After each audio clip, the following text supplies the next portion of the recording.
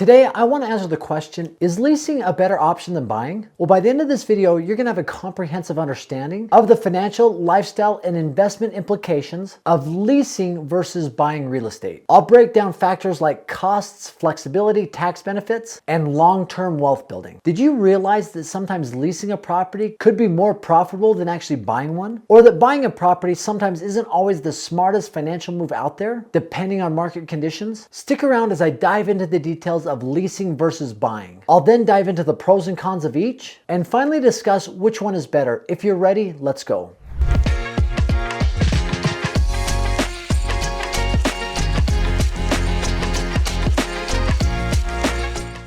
So essentially, a lease option is a longer-term lease agreement with the option of the buyer to purchase the property at a certain price at a certain date down the road. Very similar to a stock market. You've heard of stock options. That gives somebody the right to buy a stock at a certain price at a certain date down the road. Within lease options, there are some really important components to understand, and the first one is the lease agreement. Just like any rental agreement, it's going to outline the monthly price that is paid in rent, the term of the lease, who's responsible for what, and all of the terms and information that goes into a traditional rental agreement. The second important component in a lease option is the option price. Now, if you are looking to have the ability or the option to purchase a home at a certain date down the road at a certain price, you've got to pay money up front to be able to do that. Because by you paying that option price up front, it locks you in at that price at a certain date down the road.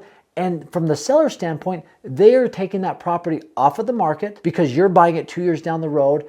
And so that option price is what allows them to take that off the market and give you the option to buy it down the road. Now, also within a lease option, you have the ability to utilize a certain amount of the monthly payment that can be counted towards the down payment, right? So if you got a $2,000 a month rental payment, you can negotiate $200 a month of that being put towards the buyer's down payment down the road. So it's also a tool to accumulate money in a 2-year period of time to go towards the down payment. Now, one thing to understand with that lease option that you pay up front, it's anywhere between 2 to 7% of the purchase price of the home. However, if the buyer does not execute on that option to buy the property 2 years down the road, that option money is kept by the seller. Now, obviously, when you buy a home outright, there's no testing period. With a lease option, you essentially are test driving the home. You're renting the home before you actually buy it. And if you find out something isn't great, you're not obligated to buy that home. So if you're comparing whether a lease option is better than buying, there's a few things that you must consider,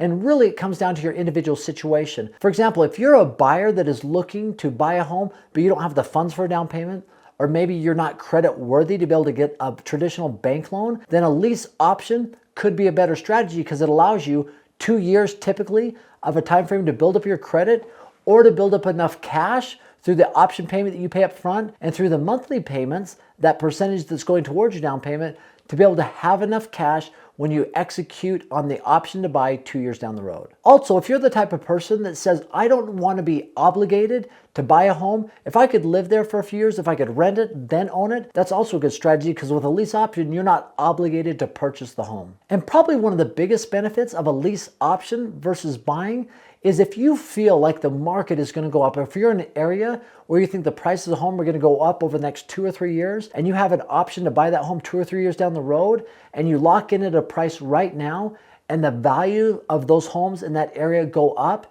when you purchase the home, you automatically have built-in equity to that home. Now, an interesting situation happened around Salt Lake City in Utah in 2021. There was a lot of people nervous because of COVID, and they weren't buying homes. So people started doing lease options, which was a great strategy, right? You got people off the sideline that says, listen, I'm willing to rent this home for a period of time, but I'm not wanting to buy it until, say, 2 or 3 years down the road. So what happened? A lot of home prices at the first part of 2021 were low because COVID had scared a lot of people. And because of that, they were able to get these homes under contract for a price, but not close on them until 2 or 3 years down the road. Say a traditional home that was maybe listed at $300,000, $400,000, somebody did a lease option. And what happened to home prices in Salt Lake, in Utah County, in Utah, end of 2021, 2022, prices skyrocketed. So you had some people on a $300,000 home, they had the option to buy it at $300,000, that a year and a half or 2 year into their lease, that home was now appraising at $500,000 to $600,000. It was crazy how home prices went up, and I think it did at quite a bit of places all over the United States. But There was a lot of people that got into a lot of legal battles because of this, because they're saying, I did not know that was going to happen. The situation was so different and strange because of the pandemic we just went through. And there was a lot of people fighting a legal battle to be able to get the home at $300,000 versus the appraised price. But imagine if you're in that situation where the home prices went up and you have the ability to purchase the home at that lower price. That's the power of a lease option versus buying. So which is better? Really, it depends on your personal situation.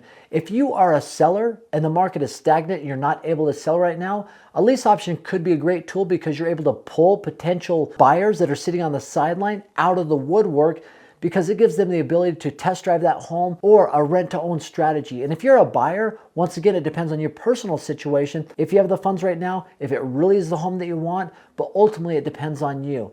Now, there's a strategy I'm utilizing right now with lease options called cash flow flipping, and I am making some amazing money every single month and also amassing and building wealth. And if you want to understand how to utilize this strategy step by step, I've got a book that I've written called Cash Flow Flipping that details it out step by step how to do this strategy in any market, any condition, with little denominator pocket. And I'm giving this book away to you for free. Just click on the link below, cashflowflipping.com. Thanks for stopping by. Have an amazing day.